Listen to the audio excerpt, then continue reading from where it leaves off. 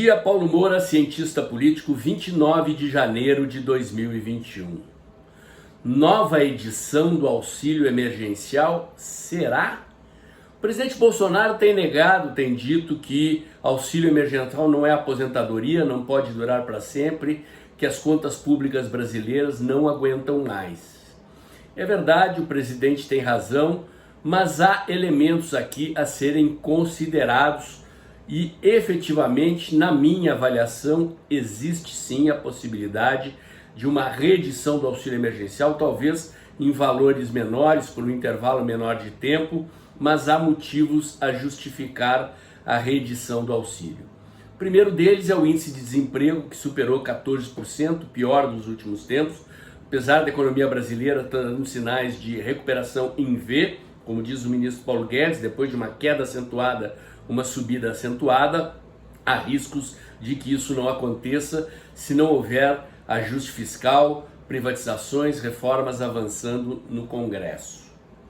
Outro elemento importante é o índice de otimismo da indústria, que depois de 8 meses de crescimento, voltou a cair. Pessimismo na indústria é mau sinal. A inflação também anda alta, já foi assunto de vídeo aqui no canal. O bolso do consumidor está sendo castigado pela elevação dos preços, provocadas por diversos fatores que não vem o caso aqui falar, mas que é um impacto real, negativo, preocupante para o governo. Foi também objeto de vídeo aqui no canal. E finalmente a nova onda de quarentenas e lockdowns impostas por prefeitos e governadores Brasil afora, aumentando o desemprego e a quebradeira de empresas. Um cenário difícil, complicado, que, embora ainda levemente, já afetou a popularidade do presidente, que viu seus índices de aprovação caírem. Nada preocupante, nada assustador, o presidente ainda dispõe de muito apoio popular, mas o cenário precisa ser bem compreendido e eu tenho certeza que, além das variáveis econômicas e da questão da saúde fiscal do Brasil, o fator político também pesa nas decisões e nas escolhas do presidente, do governo e da equipe econômica.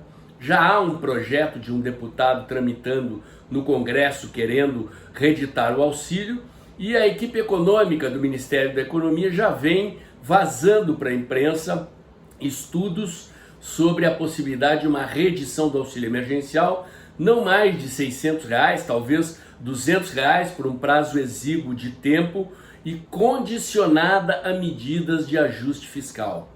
Essa questão é bastante importante. Quem prestou atenção no noticiário viu que o presidente fez uma conferência para investidores, uma teleconferência para investidores, e falou que imediatamente após a eleição das mesas diretoras da Câmara e do Senado, tudo indica que os candidatos apoiados pelo presidente vencerão, a ideia do governo é retomar a agenda das reformas paralisadas por Rodrigo Maia e retomar as privatizações.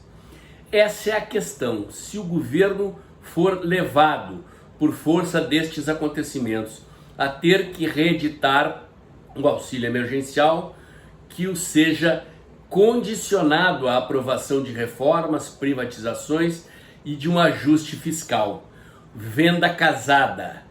Senta com os políticos, senta com o Centrão, senta com o Congresso e diz: ok, recriamos um auxílio emergencial num valor menor do que aquele que vigorou no ano de 2020, por um intervalo determinado de tempo, desde que o Congresso aprove medidas que sinalizem para o mercado e para a sociedade a equalização do problema do déficit fiscal. Gente, não é brincadeira.